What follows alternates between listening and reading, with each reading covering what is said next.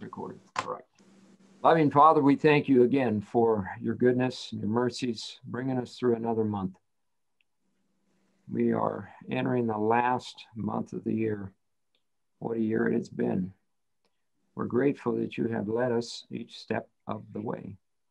We need your spirit tonight. We need your wisdom and counsel. Speak to our hearts. Give us the meekness of Jesus. We need wisdom from on high. Thank you for your cleansing blood. Bless us now is our prayer. May holy angels be here and banish the powers of darkness, that we will have a good meeting. And we pray also if Yvette will be joining, that she will be able to get on soon. Thank you for hearing our prayer in Jesus' name. Okay. So tonight, we're going to try to get through lesson 18. Just a quick review. Last week, we looked at a link, Revelation 8:3 with Isaiah 6, and some interesting things we found out there, linking the early verses of Isaiah 6 with the events of our day. And we spent some time on that. We are now entering I believe we went over 13, 14, and 15 in chapter 9. We will look at a quick review on that and bring out a couple things that we may not have mentioned our first time around, which I think that should be mentioned. So just to, before we look at, and by the way, we're looking at page 2. So I'm just going to put it up here so everybody has it, and then I'll take it down. So here, this is what we went over last week. So this is what we're doing this week, page 2. And I'm hoping we can get through all the way to the end, the second page. So that's what we're going to be looking at tonight. And you all should have a copy. So once again, verse 13, 14, and 15, I'll quickly read them because I want to make a couple notes on that before we get to 16 and in our discussion. The sixth angel sounded, and John says he heard a voice from the four horns of the golden altar, which was before God, saying to the sixth angel, which had the trumpet, loose the four angels which were bound in the great river Euphrates. And the four angels were loosed, which were prepared for an hour, a day, or the day, the month, and the year, to slay the third part of man. Now, in our last lesson, lesson 17, we began the second well with a focus on the voice from the four horns of the golden altar, which is before God. In review, we noted that this was unique, being different from the prior 5 trumpets. There are a few more points to search out before we proceed to verse 16. So on the first line there, to fill in the blank, the four horns implies that this voice had, what did you come up with? Did anybody come up with anything for power? Power or Warning. Or what?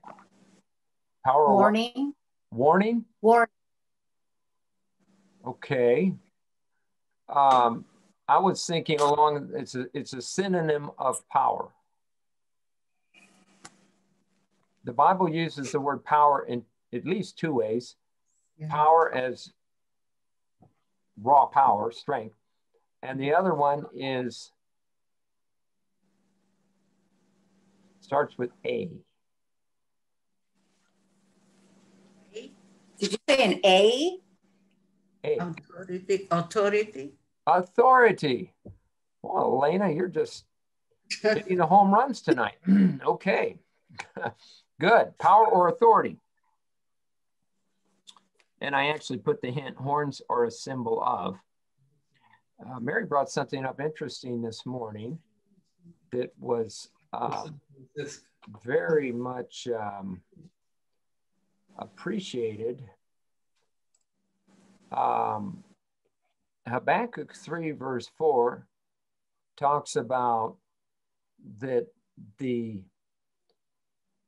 brightness, I believe it says the brightness of his light, and out of his hand was the hiding of his power. Now, that's the word in the King James. The word I believe in the New King James is a different word. And what's interesting about that is I did not take the time to look it up what it was in their Hebrew originally, but it doesn't give quite the same impression. It says that word was added though. I re-looked it up. So it it's was not added. supposed to be there anyway, that what they have in the New King James. Oh, okay. What word power? Flashing. Flashing. Yeah. That means it's italicized if it's been added. So Which word is Flashing. So flash? what's interesting about that text 3 verse 4 is that out of his hand. It kind of goes along with this theme. The 4 horns, the voice comes out of the 4 horns. And here we have a passage in Habakkuk that says, out of his hand, in his hand was the hiding of his power. It's just, I've always thought of that verse as referring to Christ on the cross. That's where his power is, in his hand, nailed to the cross for us. Here we have, in the next line, there it says, are 2 basic reasons why, both in the daily and yearly, blood was placed on horns. Who came up with the reasons why that might be? Blood placed on the horns of the golden altar.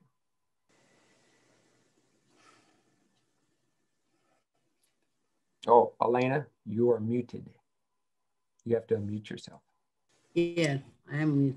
Now you're not. Say that the blood was from the sin offerings, and it was placed on that because on the Day of Atonement was going to be cleansed. Correct. And put on the scapegoat. Okay, so you're referring to the Day of Atonement.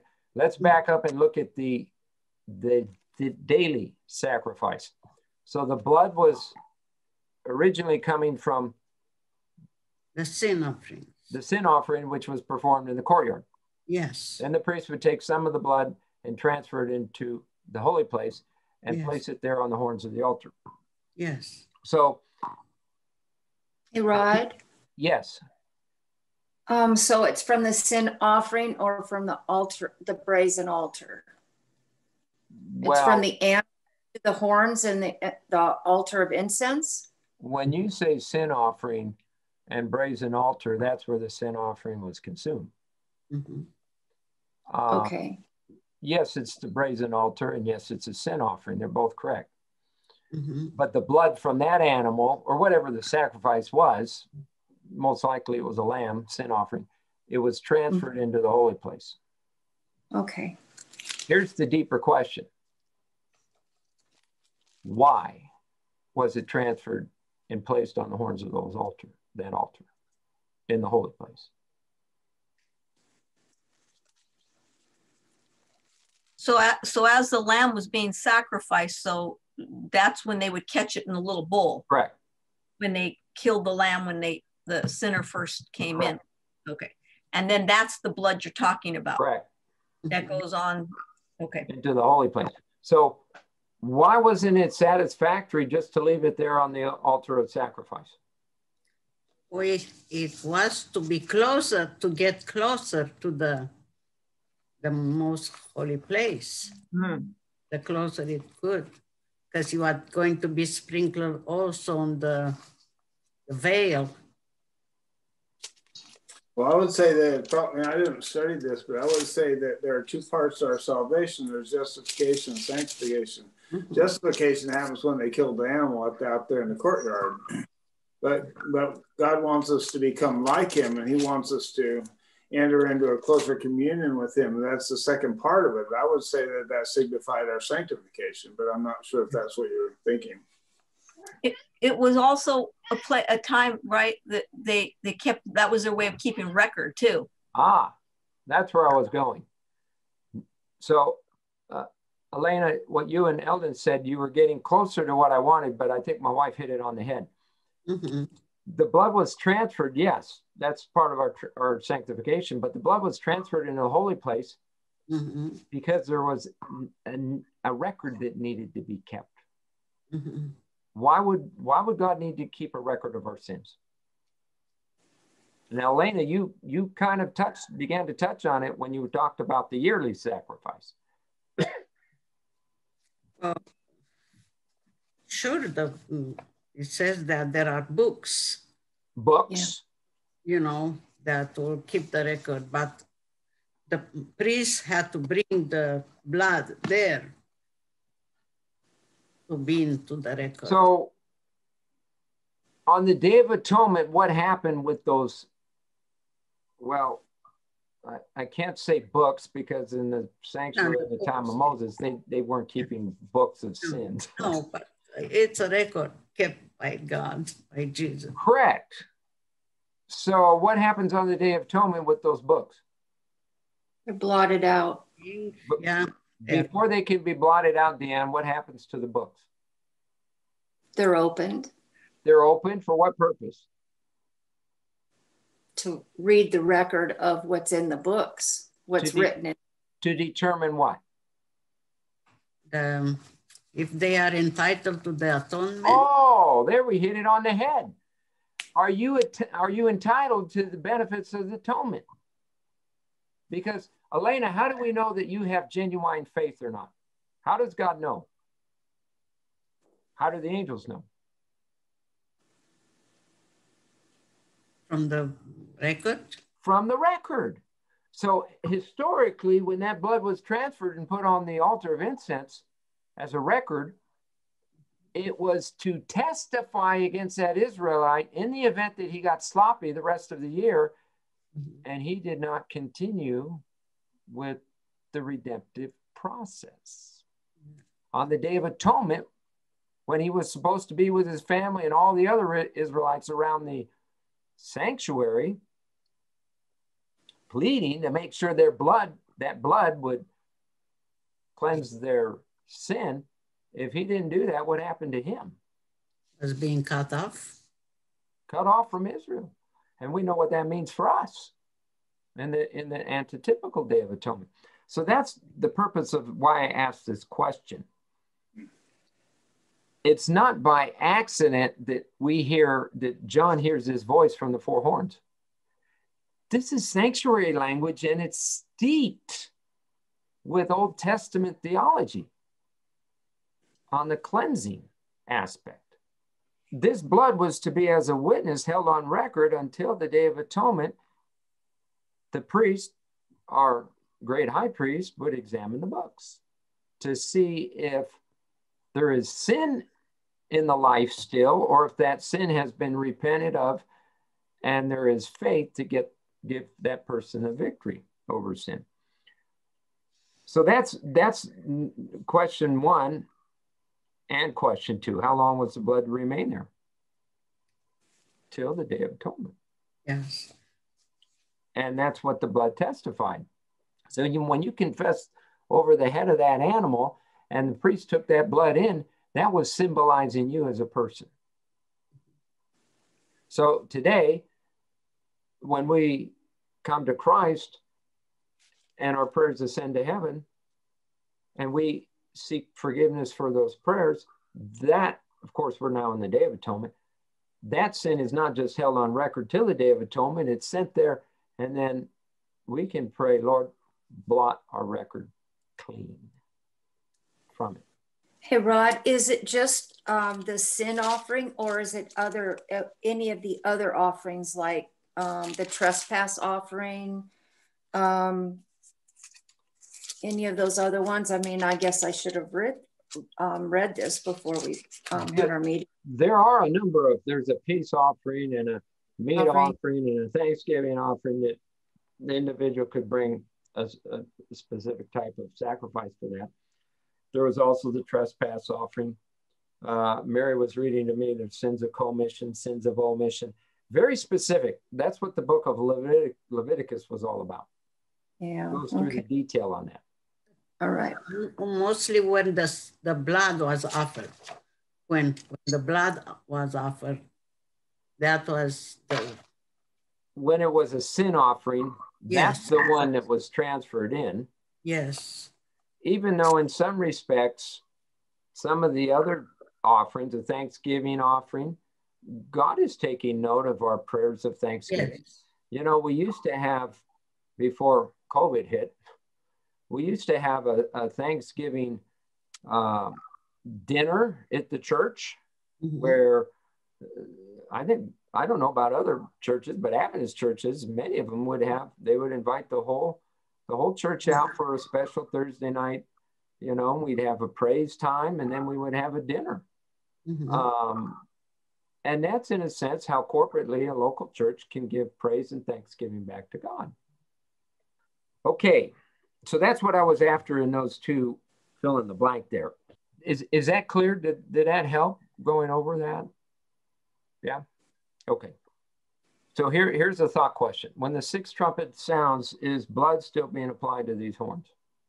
I really had questions. I didn't know how to answer. I thought, well, is it over?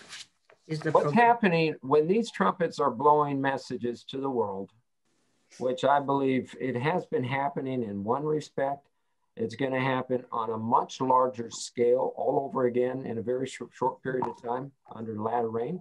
All of the 7 trumpets will blow. Why are we blowing trumpets?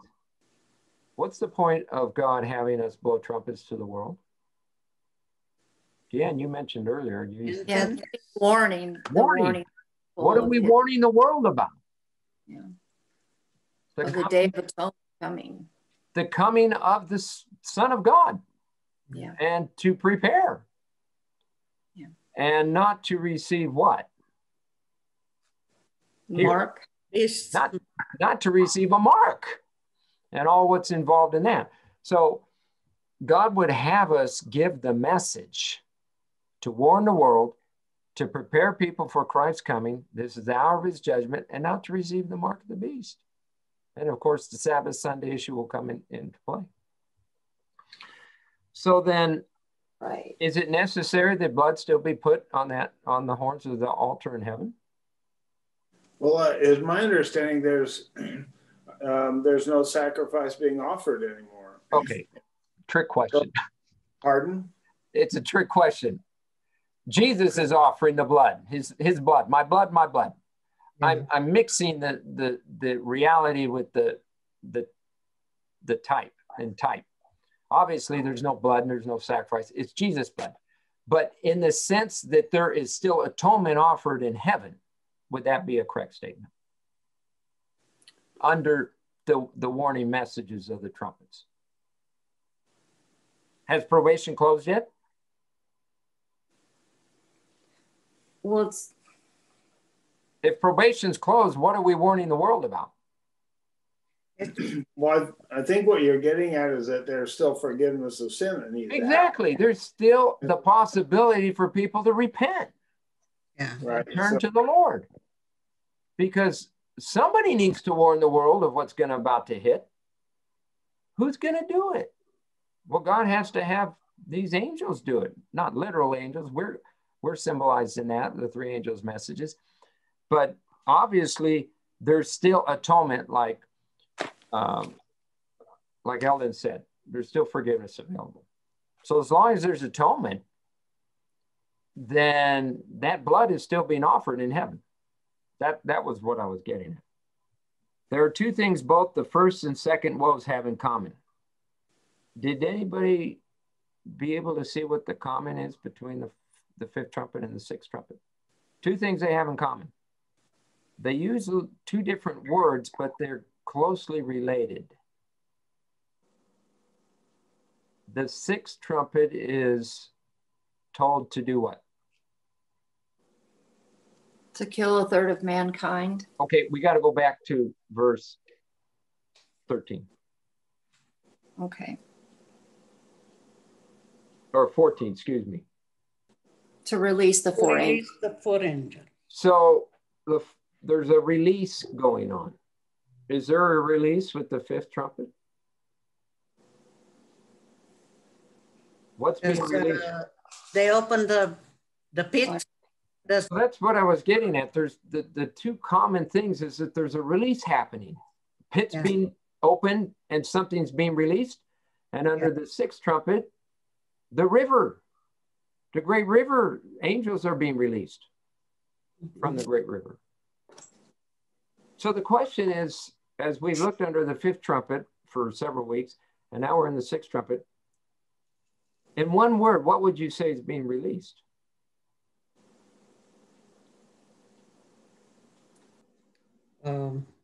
What did we say the smoke was in the fifth trumpet?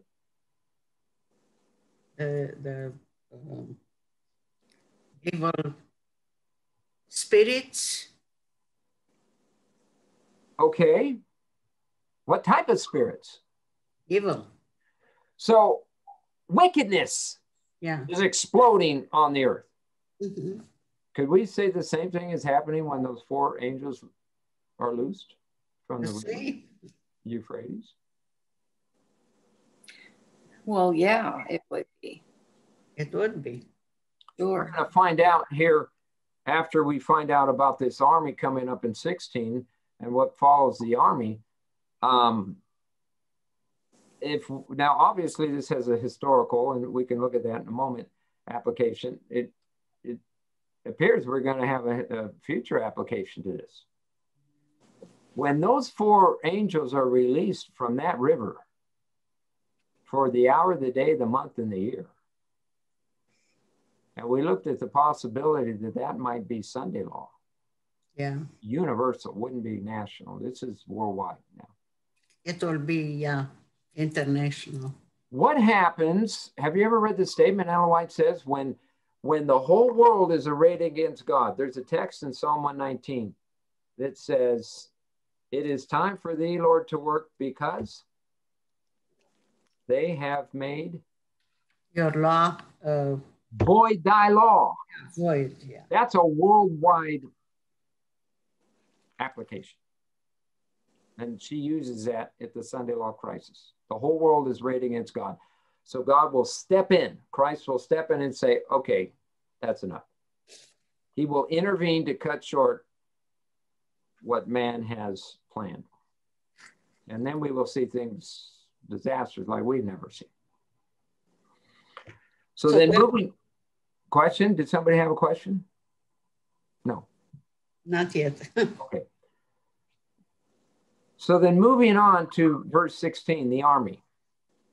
200,000, the number of the army. How big is that, Elena? Oh, how big it is? How big is 200,000? 200,000. 2 billions or what? Well, if you take 1,000 and you multiply it. Million. So you have an army of 200 million. Yeah. That's huge. Yeah, it's huge. And I was thinking, now, the waters are people, but here the waters are dried. Well, so this could not be people then. Well, hang on to that. We're going to address that momentarily, but let's go back to the historical. Mm-hmm. When was this? How was this fulfilled historically? What was this? Who was this referring to? You mean when the Euphrates was dried up? No. Are you talking about? Under the sixth trumpet, what time period in the past are we referring to? What was going on that these horsemen were spreading all over the place? When was that? Under which empire? Ottoman Empire. Ottoman Empire. And there was such a description that it's like, they said from the 15th to the 19th century, one commentator said, these horsemen were spreading everywhere, all over, I guess, up into Europe and Middle East. And this scorpion in the tail, everything, it was they just discovered the gunpowder. Correct. And that's what they were using to kill people. And that could be partly what's implicated in verse 17. We'll get there in a minute. Yeah. So in the historical, this is this massive army. And they said it could have been as many as 200 million. Now, you know, that's just a guesstimate. We don't know why the Lord used this figure, 200 million. I mean, that's just huge. Now that's translation. We don't know in the original language what numbers, what, you know. Well, I have to believe in the Greek, it's the same. It's 200, it comes out in the Greek, whatever the Greek language would refer to as 200 million.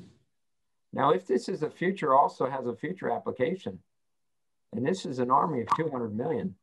Oh, in the end, it will be because we know that people will come from all over. Correct. You know, so mostly maybe this number is for us for these times. So the question I asked Ness, why do you think John heard this number?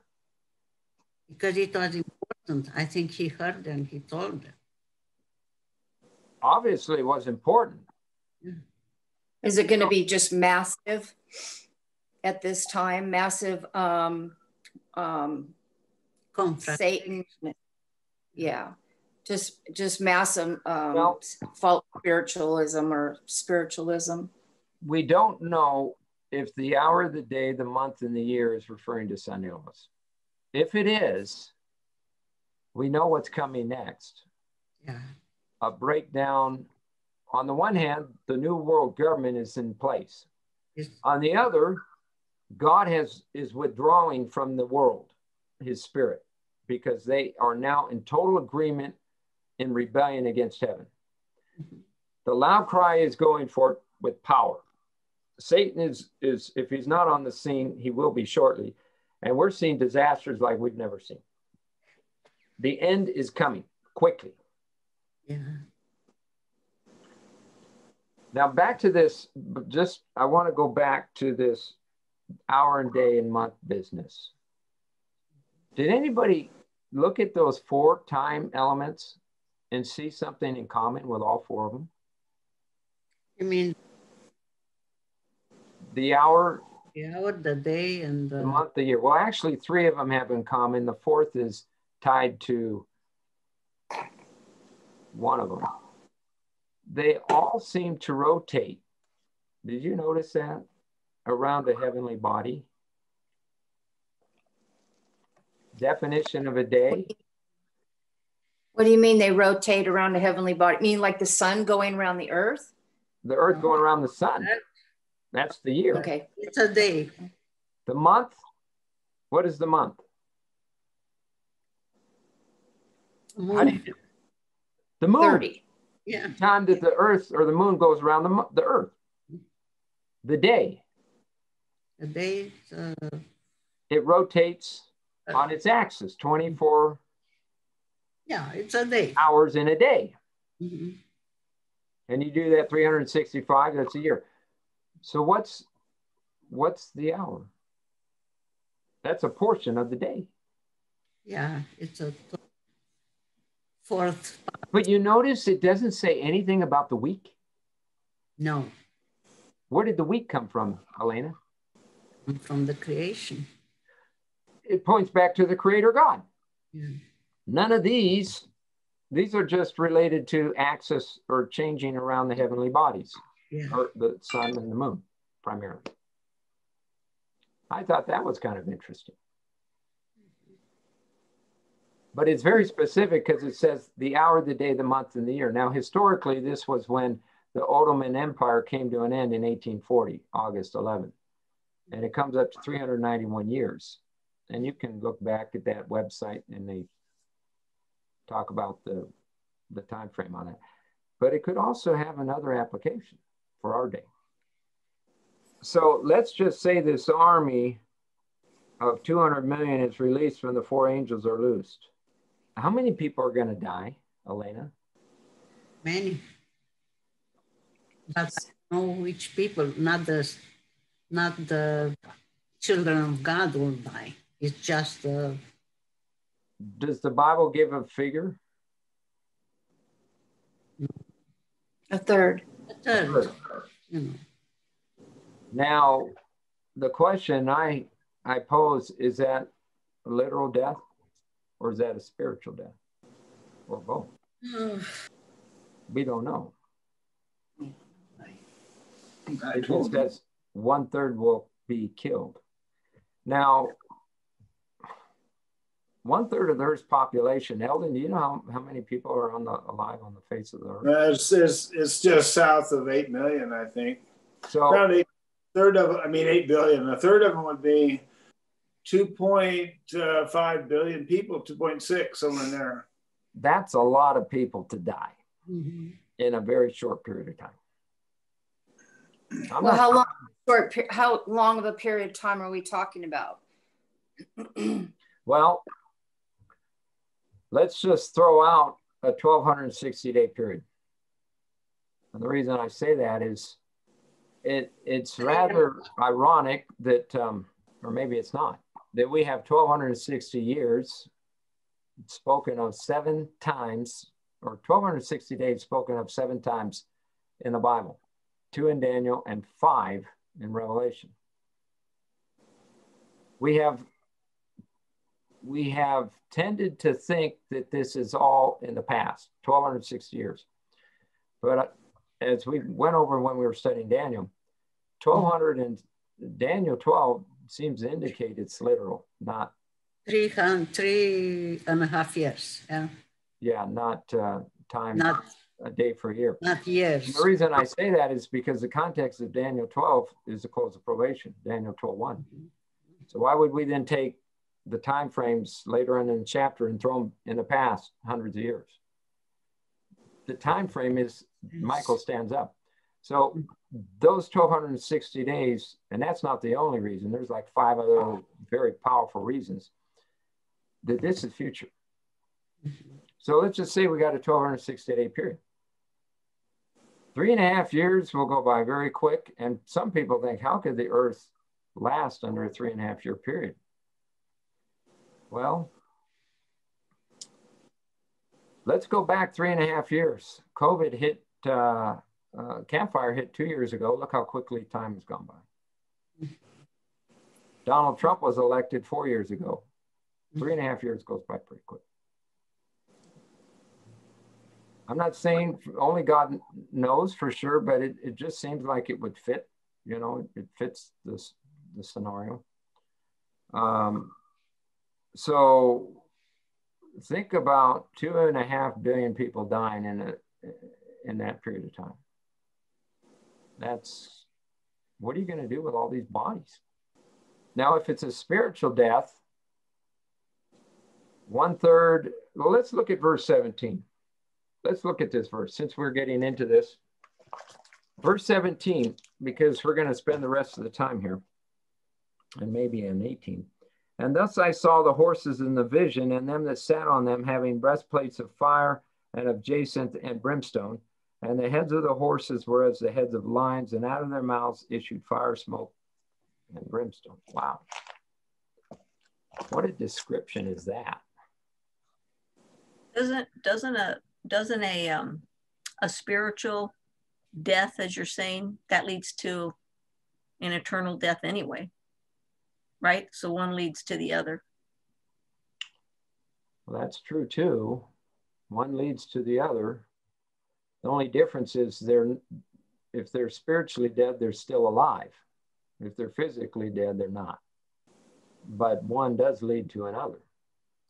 Now, the question I have here, are the horses in verse 17 the same as in verse 7? No. No? No, they're not. quite the same. You don't think they are? No, because the horses and the other,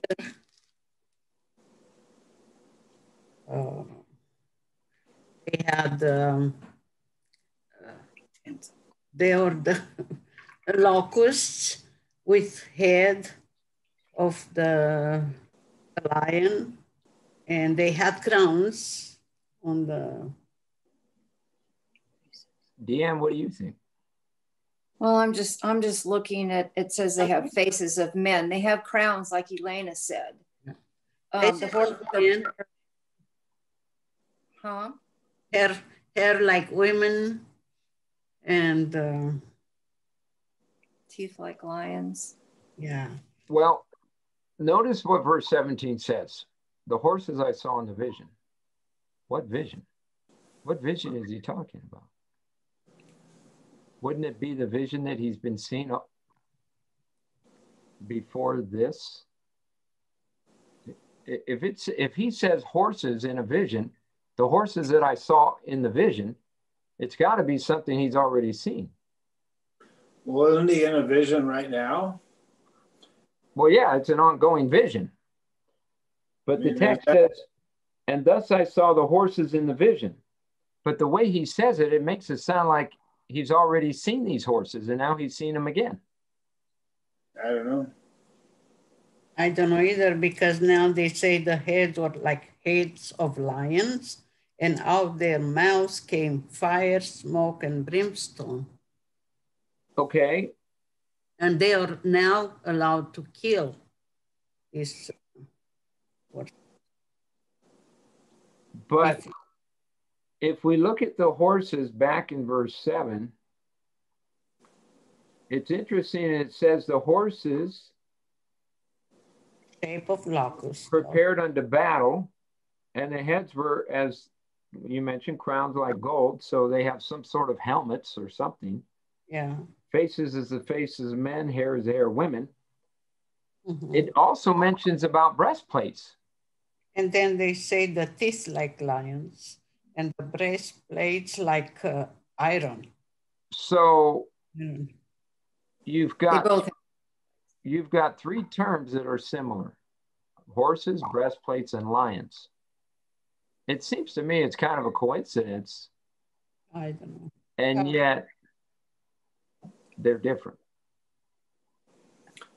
Well, they're in two different time periods, I believe, because you're talking the fifth seal and the sixth seal. I mean, fifth angel and sixth angel. Yeah, it's a period of time. No. Okay, that's ground. That I'll accept that. We're looking at two different time periods. The other thing too, I noticed is that it says in verse 15. The four angels were loosed, which were prepared for an hour, day, and a month, and a year, for to slay the third part of man. So it seems like the angels were the ones that slays the men in verse 15. But then in verse 18,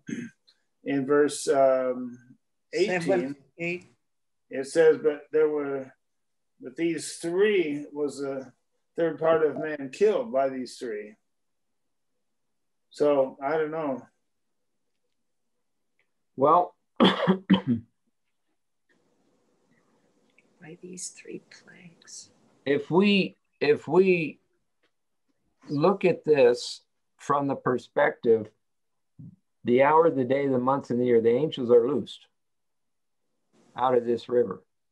Now, if we think about how Babylon was destroyed, the river, we talked about this, was diverted, and Babylon fell. So to help us understand the spiritual, we need to look at the natural. So obviously the hour, the day, the month, and the year, these angels are released. Let's just say that is the Sunday crisis, the global Sunday crisis. At the same time, when the angels for the Euphrates, that is the Sunday crisis? The hour, the day, the month, and the year. Okay. All right. Because that's when they're loosed. Yeah. So if that is happening and wickedness has already been coming out of this pit from chapter from the fifth trumpet. And now we have more wickedness, and now people are going to be slain. It says, once these angels are released, they're released to slay the third part. So the result of those angels being released, 1/3 of mankind is going to die. And the very next verse talks about an army. So it gives the impression the army is going to be the one doing it. Because it then says in the next verse, or verse 18, by these three. 3 plagues. The plagues. No, by the three, those three elements. Oh, that's italicized, right? The 3 elements. What are, by the way, what are the, that was the question below. The next question is, what are the 3 elements in verse 17? The red, the blue, and the yellow. The red, the blue, and the yellow. Okay, what are the red, the blue, and the yellow called? Sacrifice, the commandments, or the law, and the yellow. She's thinking already symbolically. I was just looking for a literal answer. I can't get. I have a hard time doing one from the other. I still haven't learned that yet. But no, that's okay. You're already jumping to the application. I was just looking for what the text said. What are the 3 elements? Fire. Fire. Breastplates. What are the other 2? Blue. Jason. Jacinth. Mm-hmm. And brimstone. Brimstone. And that's yellow, that. Blue, and red. So like Dan said, red, blue, and like a yellow. Mary looked it up as a combination of black and yellow. Now, Eldon, have you ever worked with fire?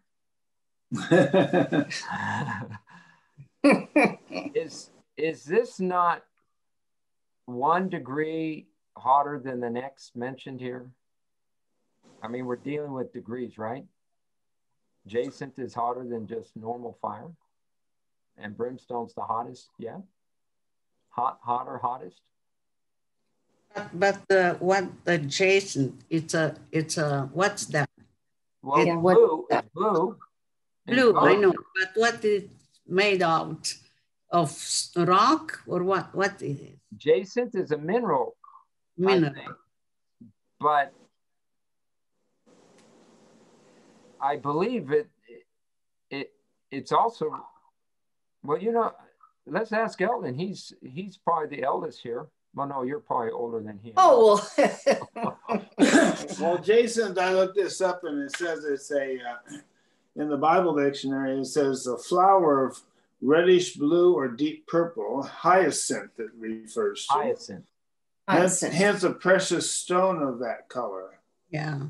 Is supposed to designate the same stone as Ligure, whatever that is, as the first stone in the 3rd row of the high priest's breastplate. Wow.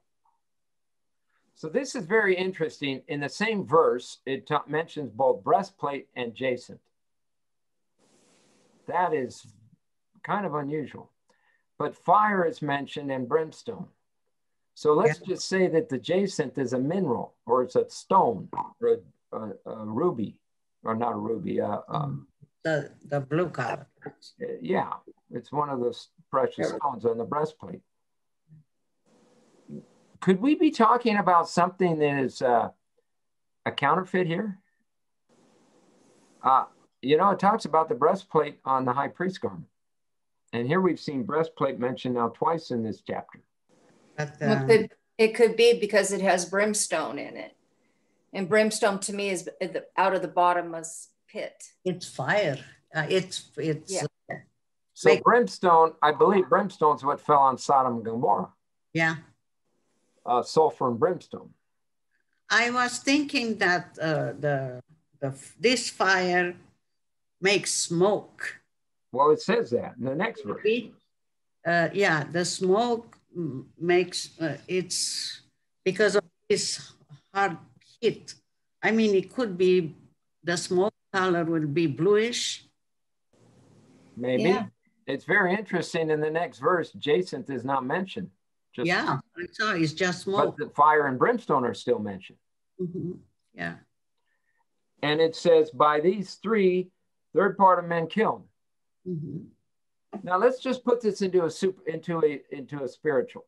If this is counterfeit, this would make sense.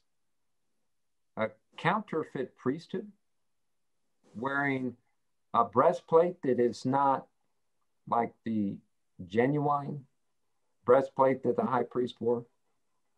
And we have fire. And I believe in the symbol book, fire can be also blood. What can fire be defined as? I believe it can be defined as transgression of the law. Wicked. The wicked are like fire. Psalm 83, 13 and 14. Wickedness, Isaiah 9, 18 and 19. So fire involves the double-double principle. It could either be good or the side of evil. Brimstone, we've already defined. Well, that's what fell on Sodom. So we're dealing with a hot fire, very hot, like a nuclear fire. This Jacinth business is blue.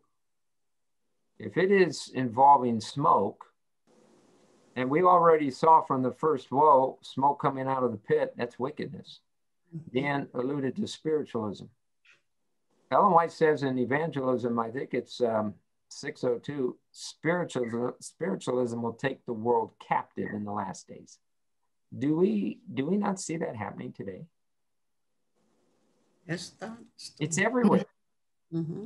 It's not only all over society, the media, mm-hmm. It's involved in politics, it's involved in government, it's everywhere. Probably sports, you name it. Secret societies. Oh yeah, even religion, of course, religion, New Age, but even in Christian religion, it's affected. This would really make sense if this is dealing with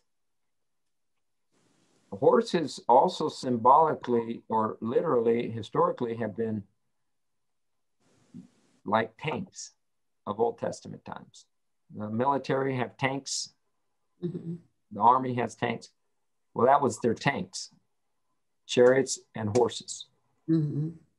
That's now planes, rockets. So, well, and that's a possibility too. Of course, when John wrote this, God had to give him the ability to see, to apply in the natural historically and also a future application.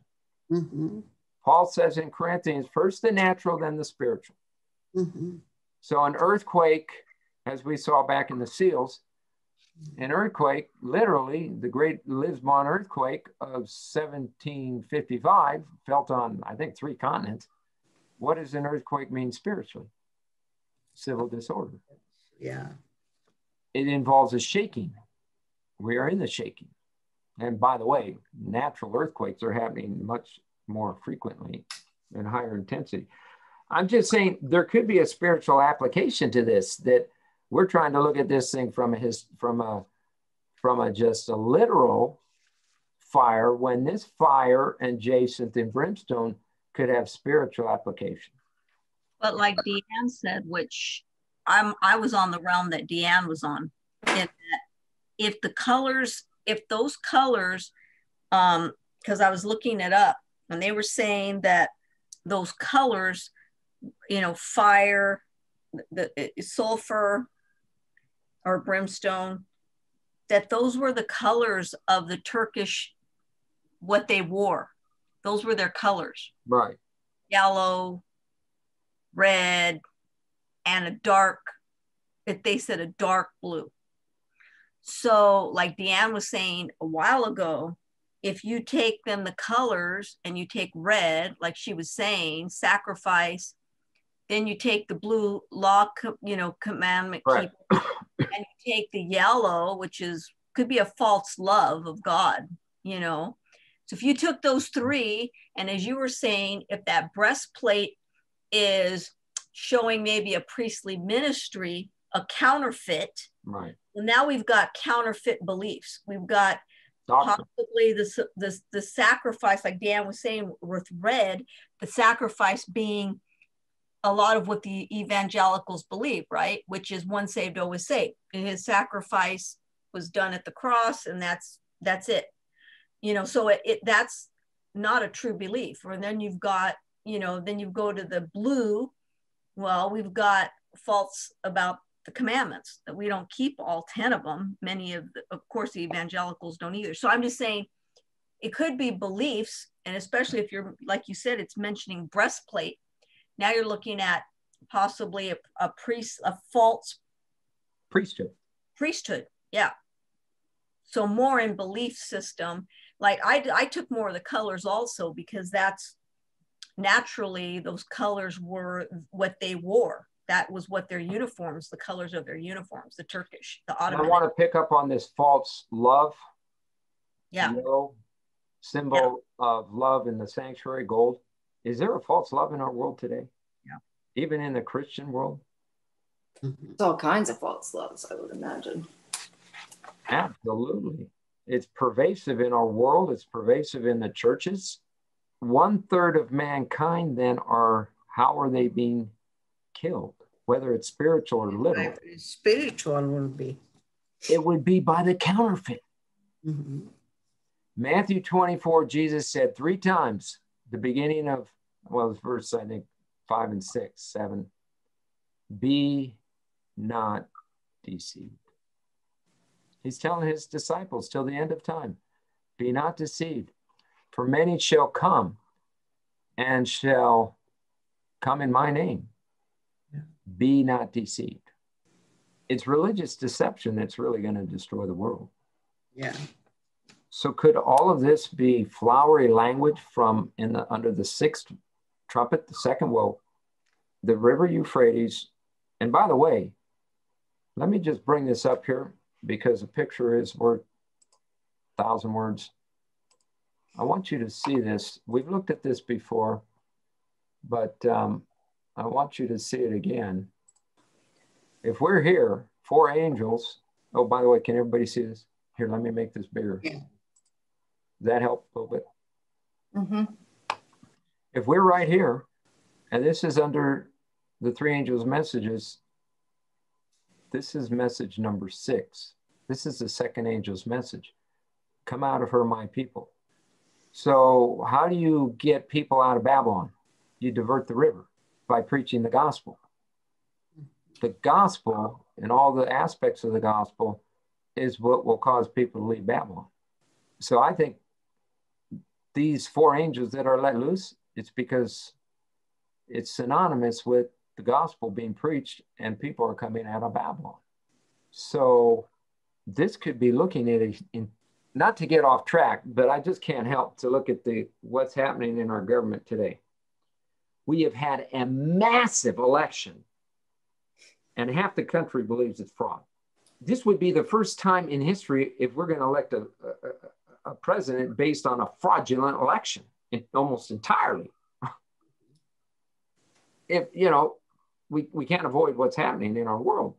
So if we're dealing here with a counterfeit, the whole world is being deceived by the counterfeit, as my wife was saying, false beliefs, teachings, doctrines. Yeah. God is wanting to expose this because people will be lost if they don't hear the truth. And he wants to save all. So he's going to have one last push, known as latter rain, loud cry, to reach the masses with the truths that have been concealed for so long, because the devil has got nearly the whole world captive. Now let's finish up. We're not going to get to 19 and 20 and 21, but it's interesting that 18 finishes by saying these 3 were issued out of what? Where did these 3 come out of? Are they still out of the bottomless pit? No, the end of verse 18. Oh, Out of their out of their mouths. False doctrines. False doctrine. It makes perfect sense. So could, again, the book of Revelation is highly symbolic. God has written it that way because it had to apply historically, but it also has to apply spiritually in the future. So he put it in symbol because it then could have many meanings applicable to the past and the future. And we'll finish up next week when we see 19. And by the way, just a preview on 19. 19 seems to be related to verse 10 and verse 3 and verse 5 of the chapter. So we'll look at that next week at verse 20 and 21. And 20 and 21 kind of wrap the whole thing up together, what we've been talking about. So I'm so glad that we're finally reaching the end of this chapter because it is a challenging chapter. And hopefully next week we'll finish it up and then we can get into chapter 10. Is there any questions that you might have on what we've gone over here tonight? Eldon, you seem to be satisfied. Okay.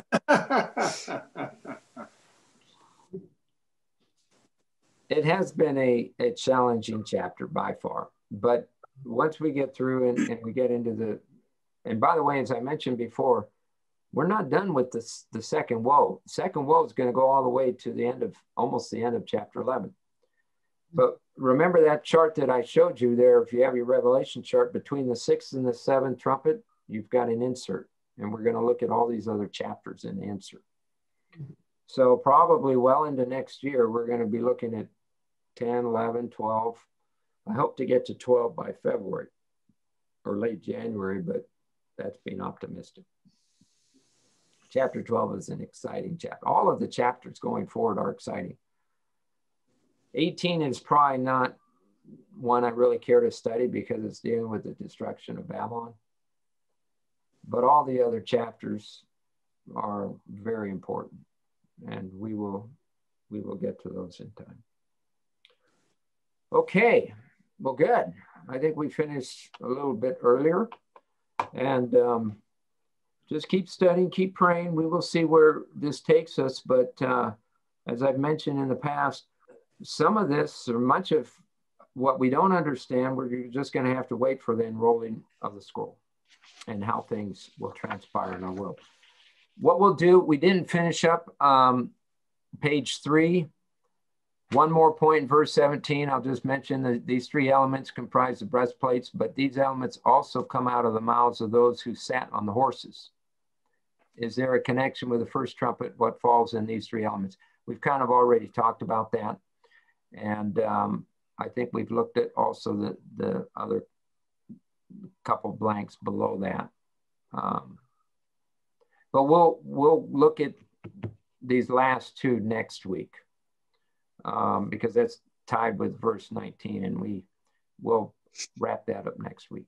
So, and 20 and 21.